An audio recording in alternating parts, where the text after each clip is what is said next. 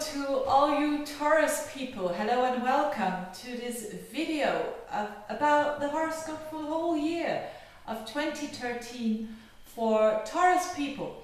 Now I'm going to look at the planets as from Jupiter until Pluto, what kind of houses they are going to transit, what are the aspects that they are going to make towards each other, and there is even going to be a solar eclipse in your sign, which is nice to have, which is very exciting. So let's get started with your ruler, which is Venus. And the good news is that this year there's not going to be a retrograde of Venus this year.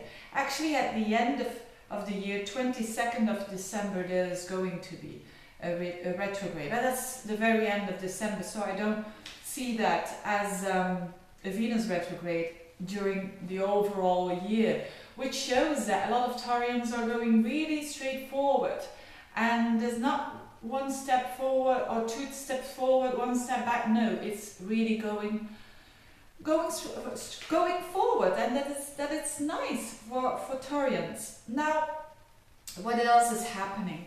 There is, for all of us, there is this Pluto-Uranus square still going on. And another thing is that Jupiter is going to play a big role in 2013 because it's going to trigger the Pluto-Uranus square. And for everybody else, that's going to be significant in some kind of area of life. I'm going to talk about that in a minute. But it shows that for all of us, there's opportunities to expand. Opportunities to become more effective, to become more powerful in a way that we've been wanting to do that for a long time. So that's good. But I'll explain that in a minute. First of all, Jupiter was for a long time in your second house in Gemini, and will still be in that second house until the 27th of June. So the first, it's really much about two parts, the first part of the year and then the second part. With Jupiter in your second house for that first part of the year, so still continuing to give your value system meaning, because Jupiter is a planet that is all about meaningfulness, and the second house is not only our financial situation, so it is good for that.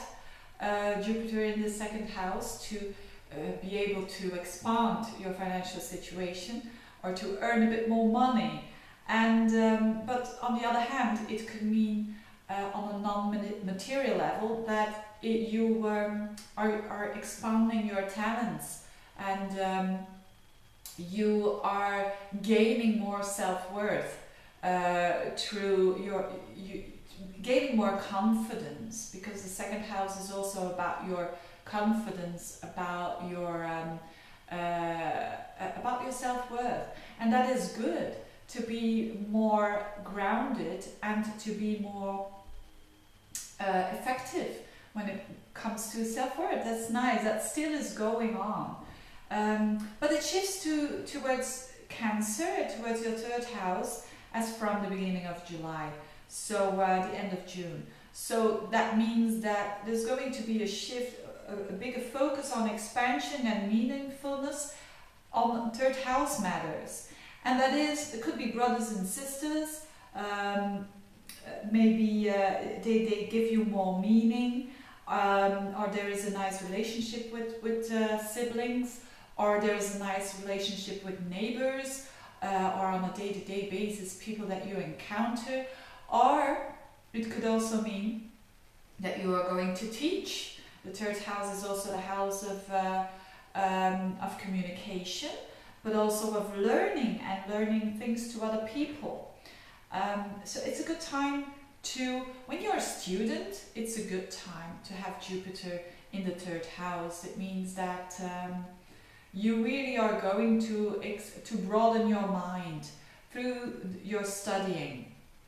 It's also a good time to start a new course, or to follow a course. So everything that broadens the mind, you're going to be also more optimistic. And you could say the third house is not such an interesting house or not an important house, but it is, because it all starts with our thoughts. So having Jupiter in there means that there is going to be positive thoughts, or there's a tendency for more positive thinking if you weren't already. So that is good. And this, as I said, around May, June, July, and especially August, this Jupiter in your third house is going to trigger Pluto in your ninth and squaring up to Uranus in your 12th. What does that mean? Well, Jupiter and Pluto are nice ingredients to mix, because Pluto is about power and is about effective power. It's about transformation. It's about fulfilling the potential. And Jupiter is expansive, so it is broadening. It is making it all bigger, even more. And so if you can mix those two in a harmonious way, it means big successes. And in the areas of life for you, that has to do with that third and ninth house.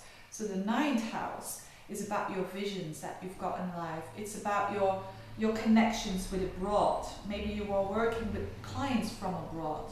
That's all positive. Or it can also show, with Pluto in the ninth house, that your opinions are being totally changed and transformed. And but there is a challenge in there. Why? Because it's an opposition. So if it would have been a trine or a sextile, it would have been far more easier. With the challenge of an opposition, it means that there could be a tendency for power struggles. Now, only will it be a power struggle if you don't consider other people's opinions and other people's thoughts and other people's behavior. But I think for most Taurians, I mean, your sign is ruled by Venus, so I think that most Taurians really don't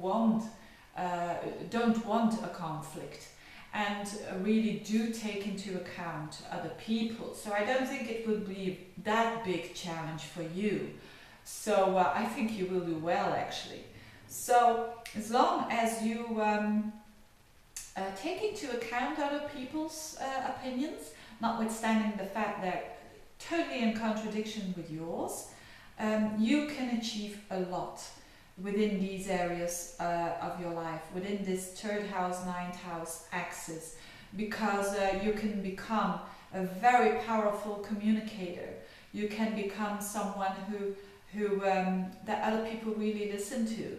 So not only for work, but also for projects that you want to do, or things that you want to explore that are hidden, because Uranus is also involved in that 12th house, squaring up to that Jupiter and Pluto.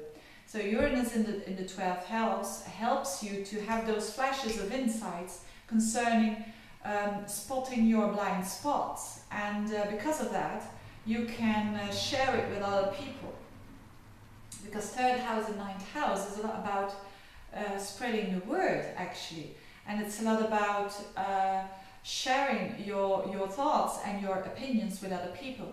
And again, with certainly having Pluto in your ninth house, it's not the best way to see yourself as someone who has got all truth in itself, and you know all the truth and the others don't.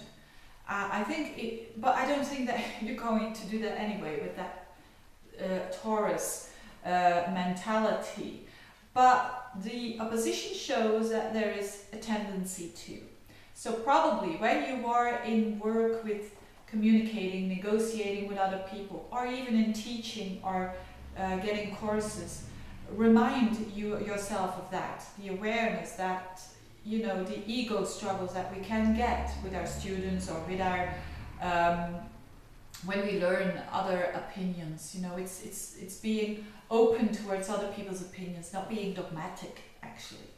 And if you all do that, there is this huge gift of that Jupiter-Pluto opposition, because Jupiter is really in its own sign in Cancer, so it can do very well in that third house area of your life, and especially when you have a Taurus ascendant. Now, what else? It's such an interesting thing that you are going to have this solar eclipse in your sign as well. So last year there was a solar eclipse in Scorpio, your 7th house, the house of relationships, and around 22 degrees of Scorpio. So that must have been, that was last year in 2012, and that must have been a time for you, especially around October, November, that when you were single, that you maybe you have encountered someone new, and that must have become a pretty serious relationship with Saturn in there. Or it can also mean if your relationship was very, very bad, and I mean very bad, with no respect, and with every day is a negative day, and there are no positive days in it. It could have been that you have ended the relationship last year. And whatever it was, if you're in a relationship or not, the emphasis this year, and especially around the solar eclipse of the 10th of May, there's a solar eclipse in your sign at 19 degrees of Taurus, so actually just the opposite, the opposite sign of Scorpio. It shows that this emphasis is on you. It shows that it's all about you, and it's all about you committing yourself to very much yourself, to knowing what you don't want in life, and finding out what you really want in life, and therefore you will attract what you need. And I think with Saturn in your 7th house, if you are in a relationship already, you probably are going to take your relationship more seriously, and really valuing it more, and not taking it for granted. And maybe with more seriousness, maybe marriage even. And again, when there is a very bad relationship going on, there is a possibility that this year you will really say to yourself, I've got to stand up for myself and take my own power back and start all over again. With that solar eclipse, could be very much the case. And if you're single, with having Neptune in your 11th house, it could mean that you can meet someone amongst friends, maybe, who is quite Neptune-like, who is quite maybe spiritual-like, or on another level artistic, or very inspirational for you, and can lift you up and open your heart a little bit. So that's also very nice with Neptune there in the 11th house, beautifully sextiling your sign, your second, your Taurus sign. So what else? I think I've said the most important things. Yes, maybe that's also important for you. At the 3rd of November, there's going to be again a solar eclipse, and it's again in Scorpio at 11 degrees. So that's your 7th house. So definitely for a lot of Taurus people, they are going to know where they're going with relationships as well, because they will really, because Taurus people tend to rather stay in a bad relationship instead of changing it, because Taurus doesn't like the change. They sometimes, especially with the moon in Taurus, sometimes they rather prefer something that is known and that is not working instead of the new. Well, this year 2013, if that is the case with you, there's a lot of opportunity to change that anyway and to do it.